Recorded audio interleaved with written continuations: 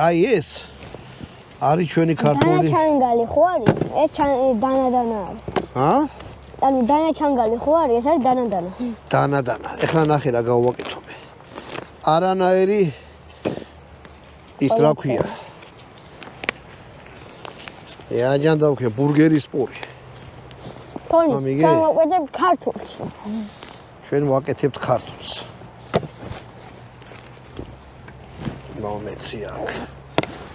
ქართულში თავარი რა არის, იცი? ბატონო დავით. რა. ტყემალი. ტყემალი ჩავასხათ.